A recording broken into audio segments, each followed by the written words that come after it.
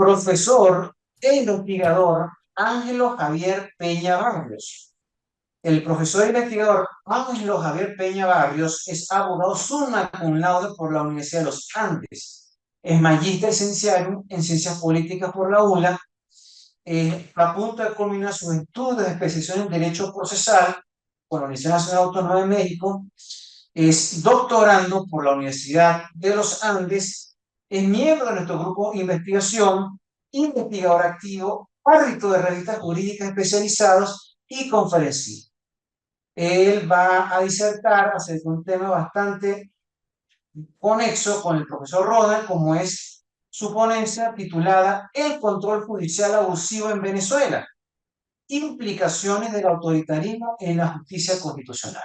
Denle un aplauso al profesor Ángelo Javier Peña Barrios, quien va a llevar a cabo su ponencia. Bien, buenos días a todos y todas. Quisiera empezar precisando dos cosas. Primero, agradecer al doctor Rosales por la invitación y al grupo de investigación Robert Monmol de esta universidad. Segundo, bueno, precisar que ya no tengo la condición de doctorando, abandoné ese doctorado. Sin embargo, pues todo lo demás que dijo el profesor, pues es cierto sobre mí. Introductoriamente, quisiera eh, empezar destacando que en esta oportunidad me voy a dedicar a describir y a discutir un concepto denominado Abusive Judicial Review, en mi traducción propia, control judicial abusivo, que tiene relación directa con la presentación anterior. Este concepto es elaborado por los académicos Rosalind Dixon y David Landau. Estos son académicos anglosajones, son de los académicos más respetados a nivel mundial en la materia en cuanto a la relación entre derecho constitucional y autoritarismo. En ese sentido, me voy a dedicar en estos minutos a discutir y describir qué quiere decir esto en breves palabras. Eh, Asimismo, antes me gustaría destacar que, en primer lugar, el control judicial de la constitucionalidad es una institución con la que muchos podríamos estar de acuerdo. Es una institución que en una democracia constitucional tiene una función muy importante para el buen funcionamiento del Estado de Derecho y la protección de los derechos humanos. De hecho, se conoce como un mecanismo contramayoritario, por eso, que es un mecanismo que protege en principio los derechos humanos. Asimismo, es una garantía constitucional que vela por la supremacía de la Constitución bajo criterios como la imparcialidad, la objetividad y la especialidad. Asimismo, no es una institución exenta de críticas, por el contrario, tiene muchísimas críticas en la literatura. Sin embargo, muchos de los diseños constitucionales actuales tienen alguna forma fuerte o suave de control judicial de la constitucionalidad, de manera que a nivel mundial es una idea bastante difundida. Por otro lado, este concepto de control judicial abusivo es parte de una línea de investigación mucho más amplia, que es el Abusive Constitutionalism o constitucionalismo abusivo, que es un concepto acuñado por uno de estos autores, David Landau, en el año 2013. El constitucionalismo abusivo quiere decir, en pocas palabras, el uso y manipulación de las formas constitucionales para socavar la democracia y hacer un Estado menos democrático de lo que era con anterioridad. Eh, Hay que preguntarse, ¿puede ser abusivo el control judicial de la constitucionalidad? La respuesta es que sí puede serlo. Y esta respuesta, mire, está sustentada desde las lecciones que nos dejó Montesquieu en el constitucionalismo moderno, que decía que el poder tiene una tendencia abusiva y por eso debe ser controlado. De hecho, él decía que cuando no hay independencia de poderes, las libertades corren riesgo y eso lo hemos visto en la práctica por muchas experiencias autoritarias que han menoscabado la dignidad de los seres humanos en muchas latitudes del mundo. Asimismo, Madison, en los papeles del federalista señalaba que eh, nosotros creamos controles del poder porque tenemos una desconfianza en aquellas personas que ejercen en el poder. Los mecanismos de control del poder que tienen las constituciones liberales en el mundo están pensados principalmente en esa desconfianza que debemos tener quienes ejercen el poder y quienes deben estar controlados. Por otro lado, es importante destacar que el abuso del poder no solo es por parte del espacio público, el poder también puede ser abusivo por parte del espacio privado. Las empresas transnacionales pueden ser abusivas también, por ello deben ser limitadas. Ahora bien, eh, ¿cuándo el control judicial puede ser abusivo? El control judicial se puede considerar abusivo, según estos autores, cuando afecta el núcleo mínimo de la democracia, en el contexto de que los jueces capturados, coaccionados por actores antidemocráticos, y así se convierten en parte de la estrategia de actores autoritarios para erosionar la democracia. Tómese en consideración que esto ocurre cuando estamos en procesos de democratic erosion, de erosión de la democracia, que es ese proceso paulatino en que las democracias se van mantelando desde adentro. Actualmente las democracias no mueren como antes, que eran por golpes de Estado. Actualmente, como señalan estos autores de este bestseller, How Democracies Die, cómo mueren las democracias actualmente mueren desde adentro, a partir de las propias instituciones que hacen posible la democracia, como el propio control judicial de la constitucionalidad. Por ello es que estas tendencias de erosión de la democracia son muy desafiantes para las constituciones. Esto es precisamente lo que ha ocurrido en Venezuela. Ahora bien, ¿cómo puede ser abusivo el control judicial de la constitucionalidad? Landau y Dixon ofrecen varios ejemplos a partir del derecho constitucional comparado sobre cómo puede ser abusivo este tipo de control. Estos ejemplos, mire, son desde América Latina, África y Europa. Existen dos modalidades de esta tendencia. Mire, existe una modalidad fuerte y una suave. El control judicial suave o débil es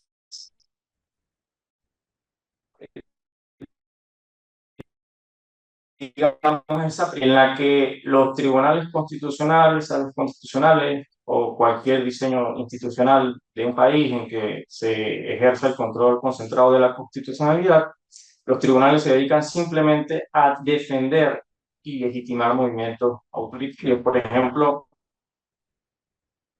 eh, un movimiento autoritario puede solicitar la revisión de una ley o un acto normativo en general. Y en este tipo de control, el Tribunal Constitucional simplemente va a darle legitimidad a ese tipo de actos normativos que en un estado normal de la democracia probablemente serían declarados inconstitucionales.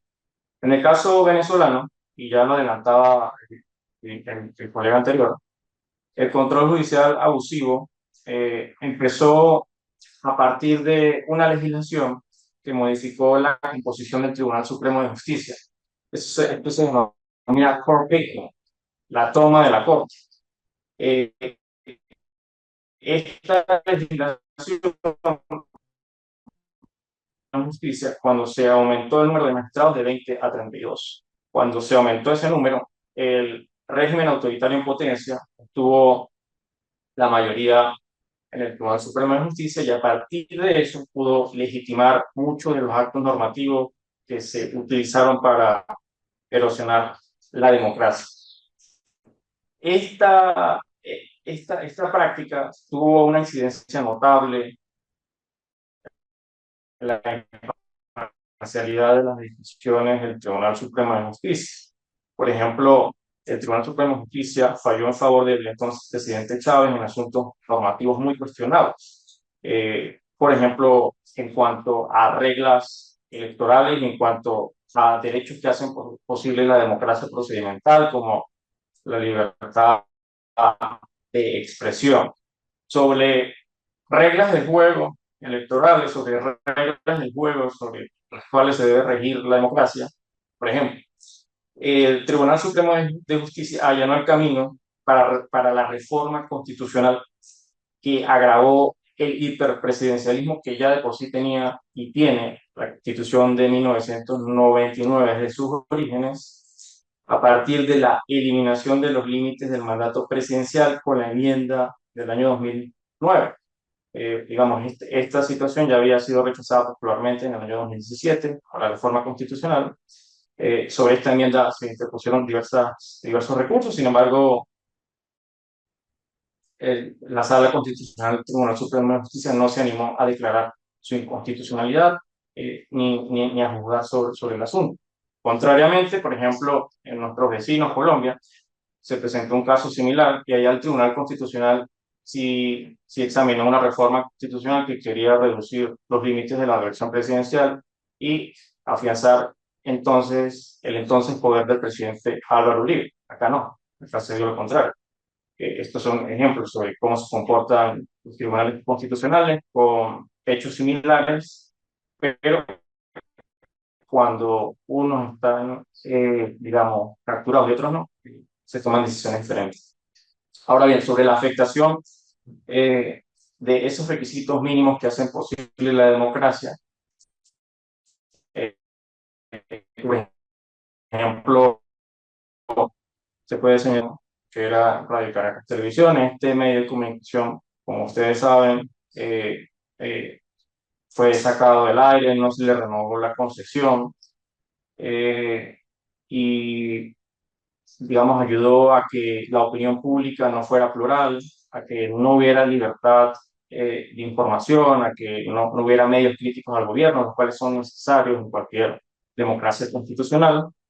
Acá, a través de un conjunto de actos administrativos y otras leyes que existen en la materia, se le prohibió a este medio de comunicación continuar al aire y así se limitó la libertad de expresión. Posteriormente, en el año 2015, a propósito, la Corte Interamericana de Derechos Humanos condenó al Estado por violar la libertad de expresión de este medio de comunicación, en el caso Granier y otros versus Venezuela.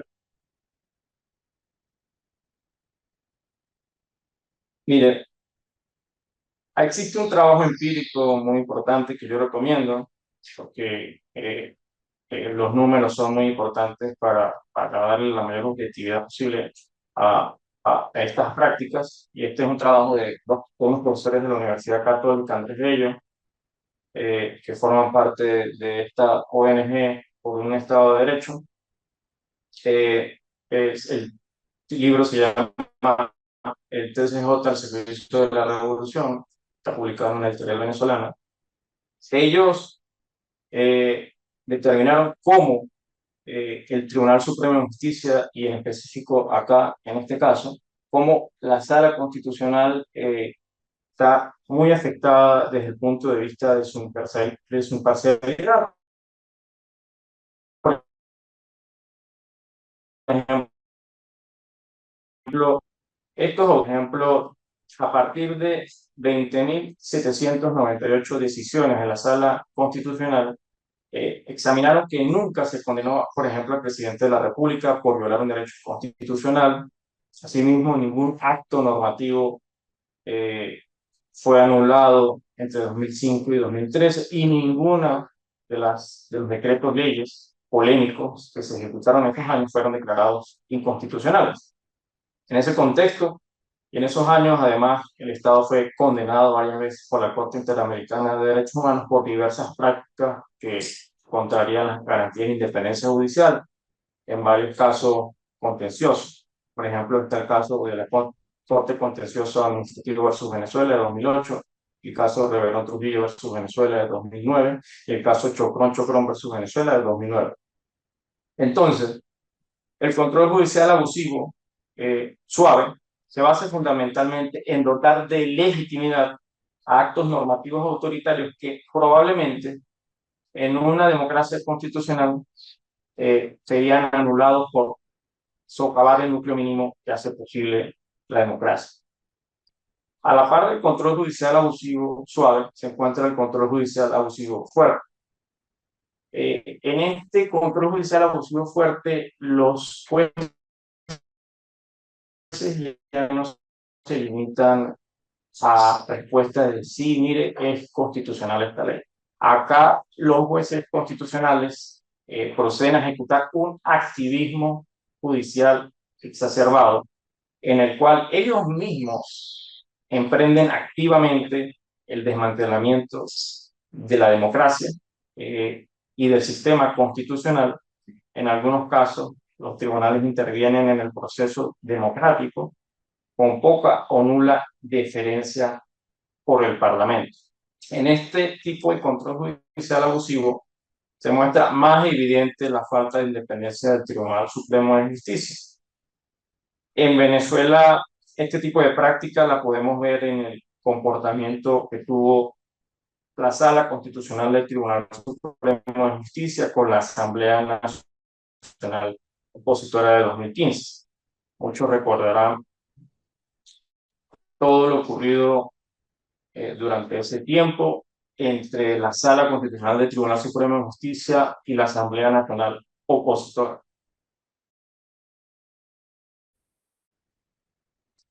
En el Parlamento, la Sala Constitucional dejó de ejercer una forma débil de control judicial abusivo que venía ejecutando al menos desde el año 2015.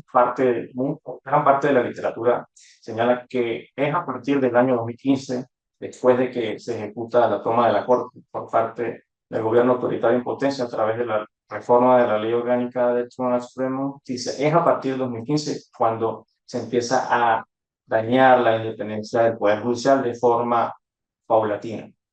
Bueno, la independencia del Poder Judicial y en específico del Tribunal Supremo de Justicia se vio más socavada a partir de que el Parlamento fue de mayoría opositora.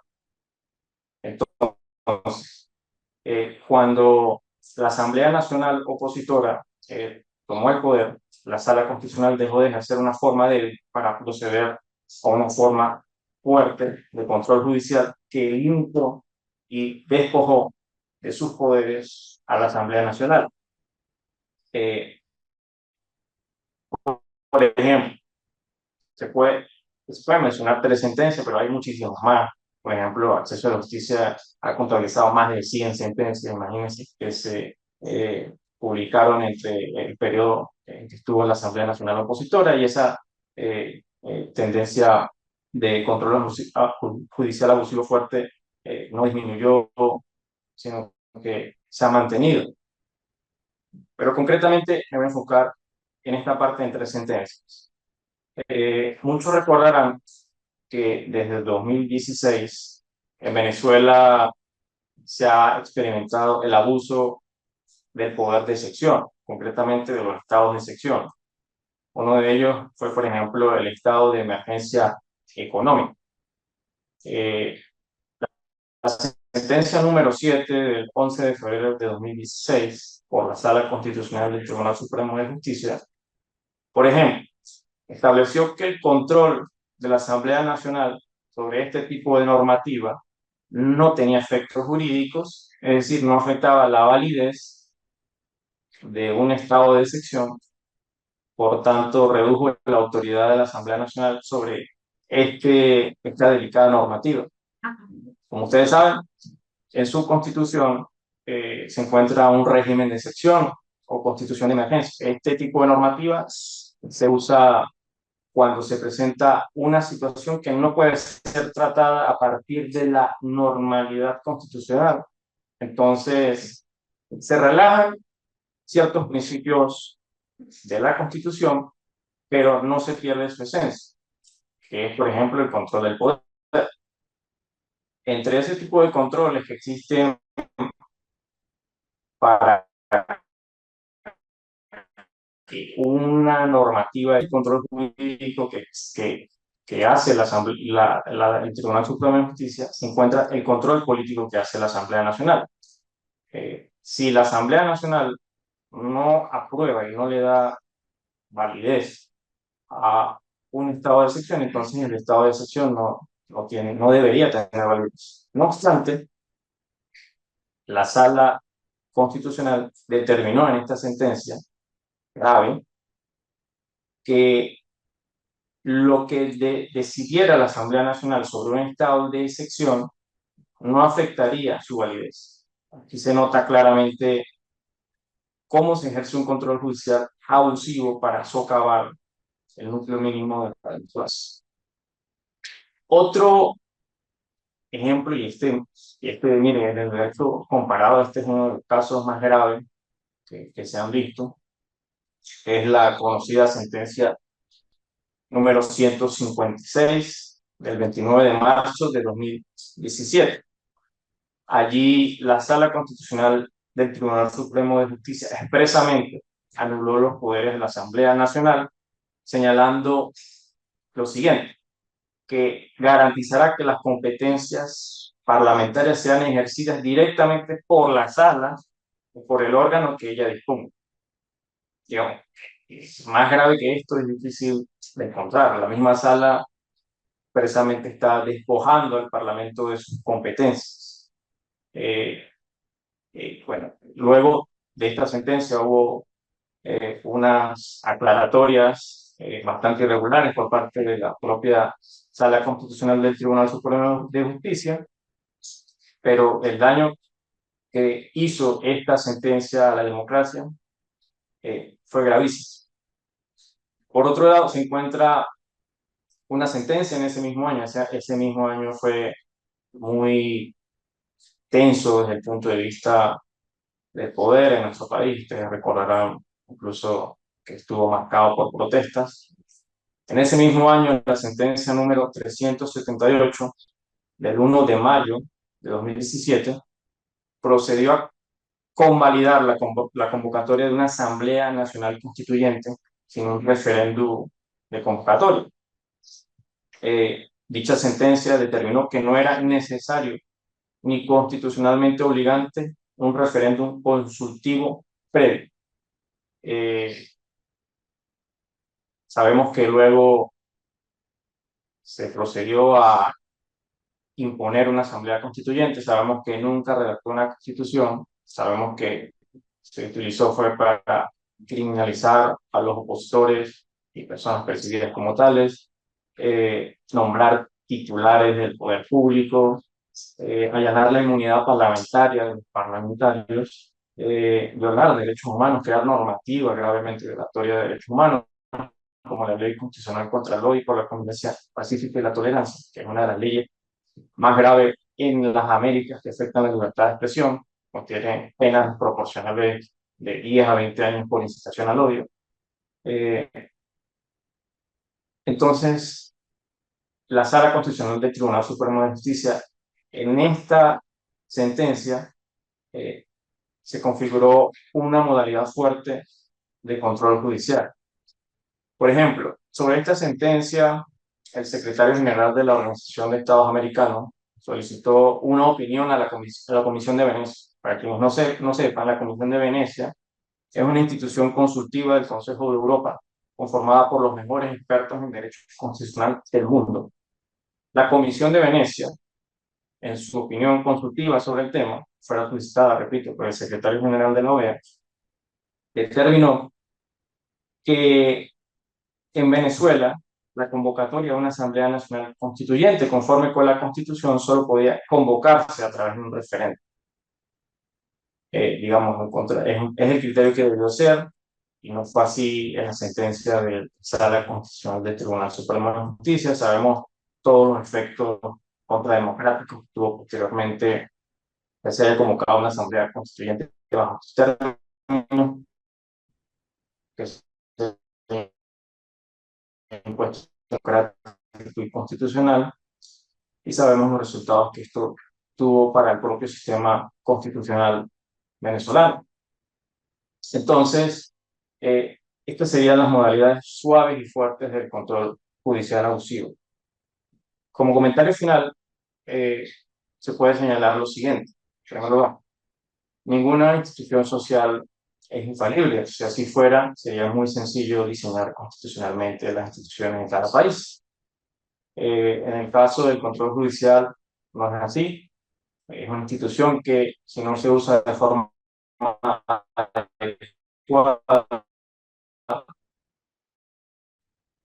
para hacer lo contrario a lo que ha sido creada, no para proteger derechos humanos, no para velar por el Estado de Derecho, no para hablar por los derechos que hacen posible la democracia, sino lo contrario, es en este tipo de prácticas de control judicial abusivo. Por otro lado, este concepto de estos autores es muy útil para reseñar y analizar prácticas y tendencias actuales en el mundo en el que se erosiona la democracia desde adentro, desde las propias instituciones que han sido pensadas para proteger la democracia.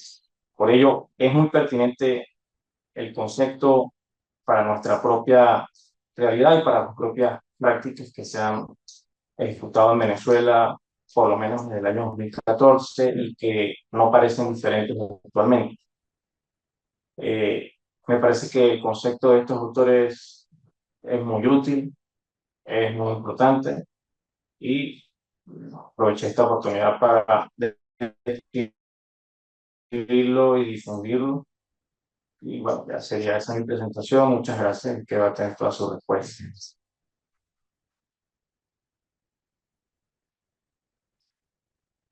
Eh, ¿Alguna pregunta para el ponente Ángelo Peña? No hay ninguna pregunta.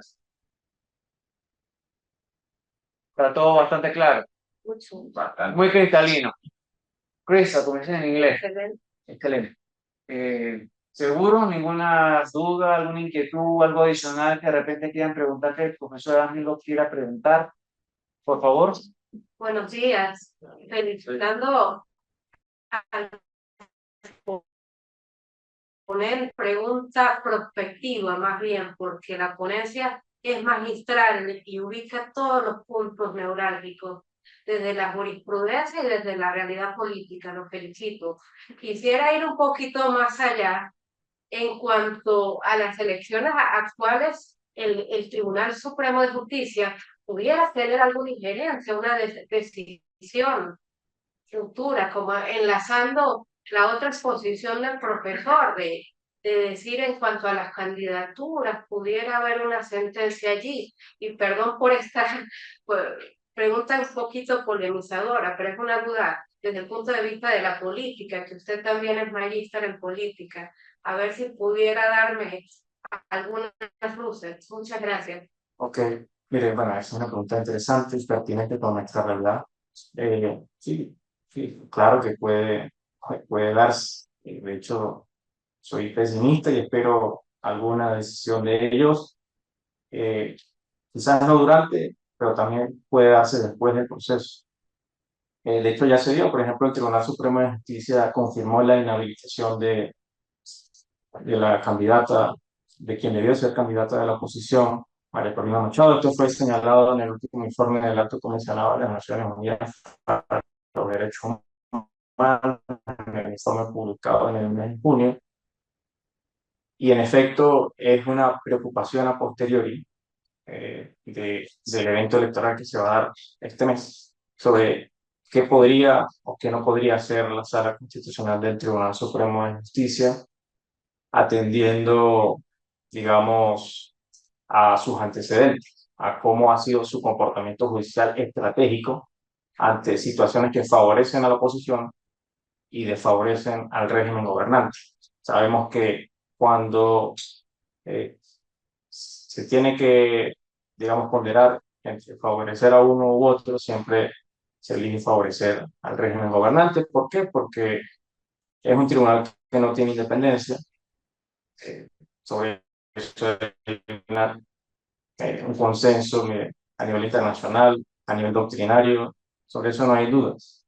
Por ello, es muy importante irse planteando otro concepto que es muy útil ante este, digamos, daño institucional que tenemos.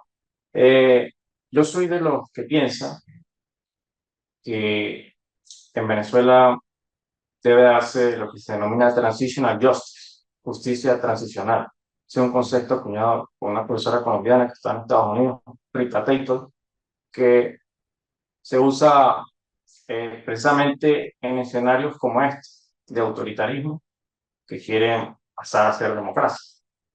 Precisamente porque el sistema institucional no es confiable, está afectado de una manera casi irrecuperable, por lo menos en lo que concierne al Tribunal Supremo de Justicia y a la Sala Constitucional, que es uno de los tribunales constitucionales que han sido diseñados con competencias muy fuertes. Entonces, y a partir de su pregunta, creo que es necesario pensar en un sistema de justicia transicional. Yo publico un trabajo sobre eso, lo pueden googlear, la necesidad de un proceso de justicia transicional en Venezuela. Allí pues están mis argumentos sobre por qué es necesario un sistema de justicia transicional, porque precisamente mientras no haya independencia del Tribunal Supremo de Justicia, puede ser utilizado para socavar la democracia y para no respetar la regla de la mayoría, que ha sido respetada en Venezuela en múltiples ocasiones. Esa sería mi respuesta. ¿Alguna otra pregunta? Sí, profesor. Profesor Donald. Profesor Donald, pregunte. El profesor Donald quiere preguntar algo.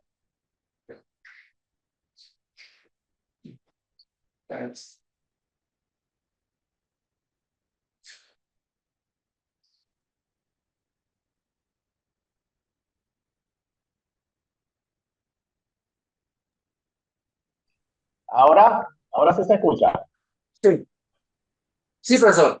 Se puede escuchar. Bueno, felicito al doctor Peña por su exposición, por la explicación de la categoría constitucional o abusivo. Siempre en estas cuestiones, quizás por mi formación, yo también escribo sobre derecho constitucional, ciencia política, y hago esa lectura y esa consustanciación. Entonces, yo quería preguntarle al profesor, me parece muy razonable la categoría, coincido con él, la categoría constitucionalismo abusivo. Ahora bien, eso tiene sus efectos políticos. ¿Usted no cree que ese constitucionalismo abusivo ya hace que no sea autoritarismo, sino dictadura? Otra cuestión que quería, esa es una pregunta, y la otra pregunta es sobre el trabajo de Lukács. Me parece pertinente, yo estoy de acuerdo con el elemento cuantitativo, bueno, y el elemento cualitativo también, porque todas las sentencias, como muchas ONG, como lo hemos demostrado, como se ha demostrado, son a favor del gobierno, pero lo más importante es que es a favor de la conveniencia del gobierno en esa coyuntura política, en ese momento. Usted lo dijo, que fue patético en el caso de María Corina Machado recientemente. También fue en el caso que es gravoso, ¿verdad? Brutal, grotesco, que fue el caso de donde se esterilizó, lamentablemente esa es la palabra, la Asamblea Nacional, y que fue algo muy grave. Entonces, fíjense, cuestiones así, de constitucionalismo abusivo, tiene sus efectos políticos, y algo reiterado. Entonces, ya es autoritarismo o es otra cosa peor. Y repito, que quería era destacar que no solamente en el elemento cuantitativo, sino cualitativo, y esa relación con la coyuntura política. Fíjense que no es que hay falta de independencia, es que es unión del partido político, gobierno y tribunal. Es la misma cosa. Fíjense que como todo está tan engranado, ¿qué nos hace pensar razonablemente? Que hay una reunión donde se pone de acuerdo el gobierno, el partido político, los jueces, y ahí se va a generar la sentencia. Fíjense que hubo un caso muy interesante aquí en el estado Zulia, hace muchos años, donde Manuel Rosales, existía el juicio de Manuel Rosales. Voy a ser breve ya para escuchar al ponente, Manuel Rosales, y fíjense que varias de las decisiones de política judicial de la institución de jueces, recuerdo que fueron unas grandes magistradas de la Corte Penal del Estado Zulia, porque manejaban el caso Rosales y aparentemente como que sabían que eran muy correctas, muy rectas y no iban a darle la razón al gobierno. Y la noticia la supimos fue por partidarios zulianos del PSUV. Entonces, fíjense que ese engranaje que hay, y yo creo que el elemento cuantitativo es muy importante. Bueno, adelante, profesor, muchas gracias. Sí, bueno, se cortó un poquito el audio, pero bueno, voy a responder lo que pude inferir. En primer lugar, sí, en efecto, una de las críticas de este concepto, y ya usted lo adelantaba, es que el constitucionalismo es lo contrario al autoritarismo. El constitucionalismo implica fundamentalmente límites al poder, control del poder. Entonces, cuando uno lee prima facie constitucionalismo abusivo o constitucionalismo autoritario, pues pudiera confundir. Sin embargo, me parece que el concepto de constitucionalismo abusivo y como concepto macro y control judicial abusivo como concepto micro son categorías muy importantes que han tenido éxito en la literatura. Por ejemplo, el paper de constitucionalismo abusivo ha tenido más de 500 citas, casi 1000 en Google Scholar, de manera que académicamente ha sido un concepto bastante difundido y exitoso para describir prácticas autoritarias. Y en efecto, sí, cuando se ejecutan estas prácticas de constitucionalismo abusivo, ya estamos hablando no de una democracia, sino de un régimen híbrido, al menos, o un régimen autoritario. Eh, eh, por otro lado, en cuanto al aspecto cualitativo, sí, sí, me parece que el aspecto cualitativo es muy importante. Yo soy de, bueno, de valorar ambas cosas, lo cuantitativo y lo cualitativo. Me parece que ambas perspectivas son importantes cuando analizamos, por ejemplo, la falta de imparcialidad o de independencia de un tribunal supremo. Eh, Así que sí, sí, sí estoy de acuerdo con el segundo comentario que hizo el colega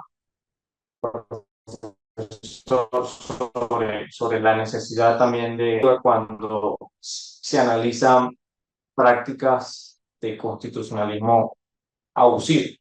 Entonces, bueno, esa sería mi respuesta. Profesor Ronald.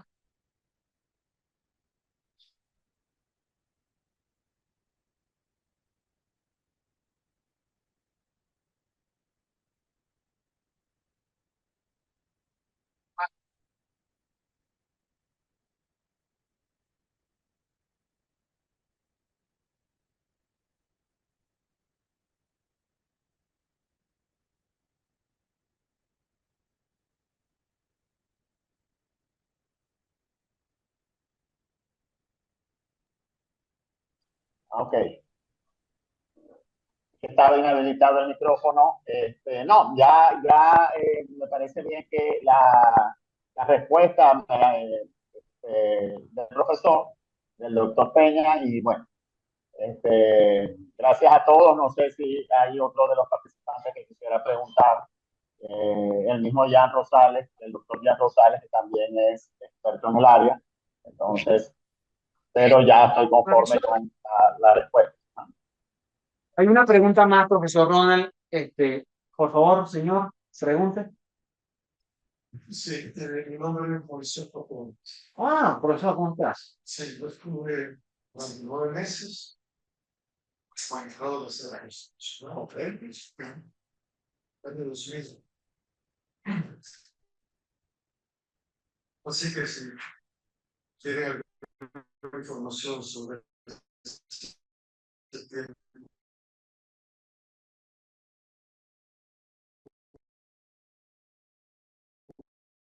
El 31 de diciembre del año 2021, la Comisión Interamericana de Derechos Humanos aprobó un informe de Amnistía Internacional en un caso sobre una reclamación hecha por los diputados indígenas de Naciones, que fueron excluidos arbitrariamente por la sala electoral del Congreso.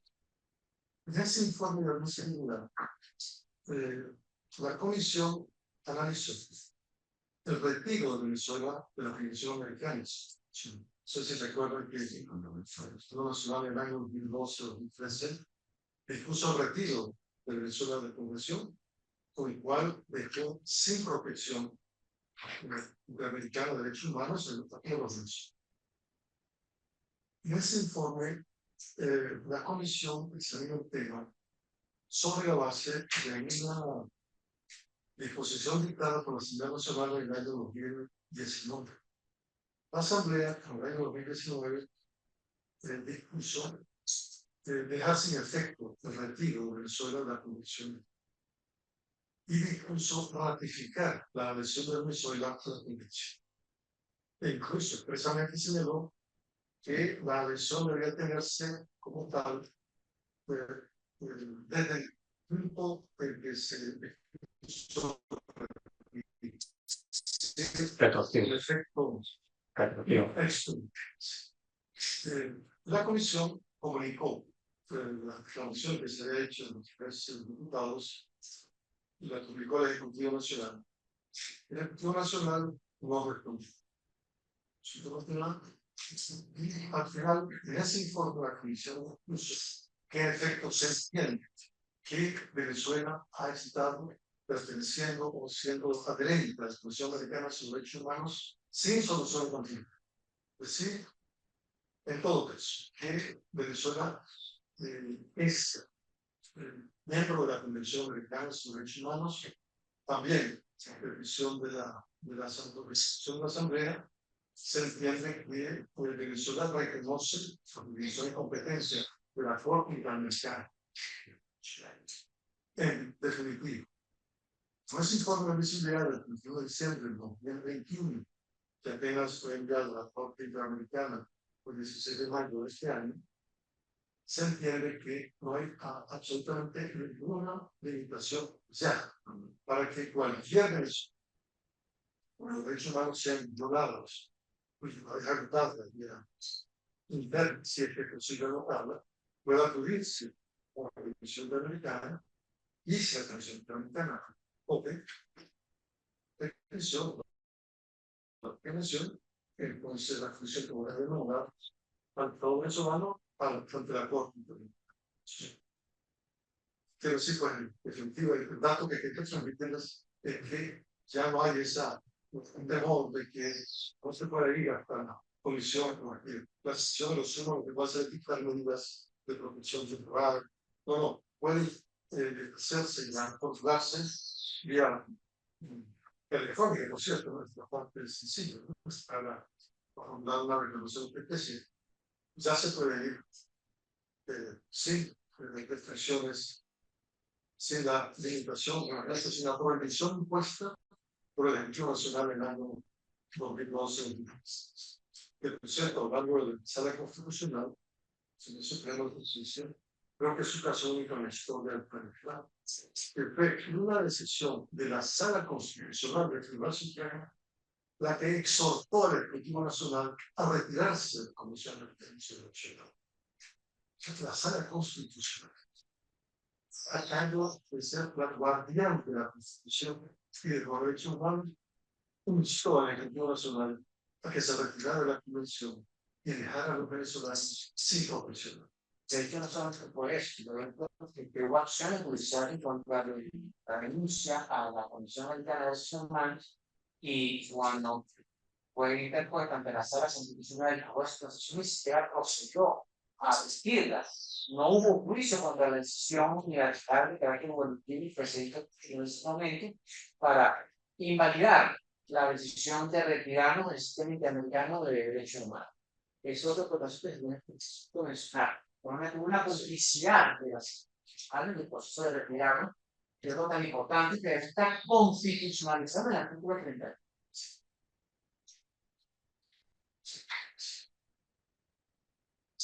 Pero bueno, básicamente ese era el dato ¿Podría decir algo al respecto, doctor Ángelo Peña, con relación al tema de la justicia americana, por favor? Sí, sí, bueno, muy agradecido por el comentario del profesor Troponi.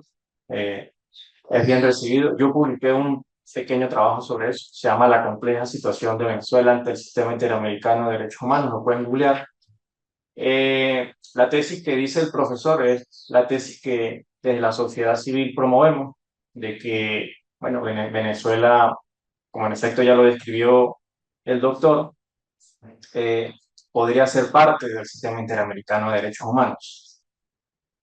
Sin embargo, esto se enfrenta a otra tesis, que es que, por ejemplo, el Estado ya desconoce este Estado, estas personas que son las autoridades actuales de plano del sistema interamericano, no se presentan en las audiencias que hay en el sistema y, bueno, desconocen el sistema interamericano de derechos humanos. Sin embargo, ello no es obstáculo para usar el sistema interamericano de derechos humanos. No debemos dejarlo de usar. La tesis que describió el doctor es la tesis que, insisto, promovemos desde las organizaciones de derechos humanos, que debería ser la tesis que debe primar en el sistema interamericano de derechos humanos, por cuanto la Organización de Estados Americanos y la Comisión reconocen que Venezuela aún es parte del sistema. Sin embargo, todavía no queda claro si la Corte si lo reconoce o no. En unas decisiones que deben presentarse próximamente, esa situación debería ser dilucidada sobre qué considera la Corte sobre la posición de Venezuela ante el sistema interamericano de derechos humanos. Conforme con el principio pro persona, la interpretación más favorable entre esas dos tesis debería ser que Venezuela sí es parte del sistema interamericano de derechos humanos, sí existe el acceso a la justicia internacional interamericana en Venezuela, y esa es la tesis que promovemos desde la sociedad civil. Pero insisto, esto se enfrenta a que en la práctica el Estado no reconoce eso, porque las autoridades actuales, como lo saben, tiene un pleno desconocimiento por el derecho internacional de los derechos humanos, no solo del sistema interamericano. También desconoce, por ejemplo, las recomendaciones que ha hecho la Oficina del Alto Comisionado de las Naciones Unidas para los Derechos Humanos, las recomendaciones que ha hecho la Misión Internacional Independiente de Determinación de los Hechos sobre Venezuela, los informes de las relatorías que han examinado la situación de Venezuela. El Estado desconoce eh, el derecho internacional de los derechos humanos en su integridad. Y en suma, bueno, me parece muy interesante que el doctor pues haya enriquecido esta conversación con esa compleja situación de Venezuela ante el sistema interamericano de derechos humanos. Entonces, bueno, no sé si el profesor quisiera comentar otra cosa, no sé si otra persona quiere plantear otra pregunta.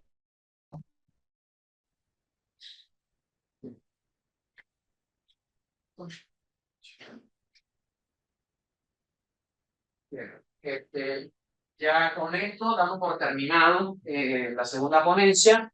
Vamos a hacer un pequeño cambio en cuanto a la programación, puesto que uno de los ponentes tiene todavía dificultades para llegar debido a que tiene un examen. Muchas gracias, profesor Ángelo, den un aplauso.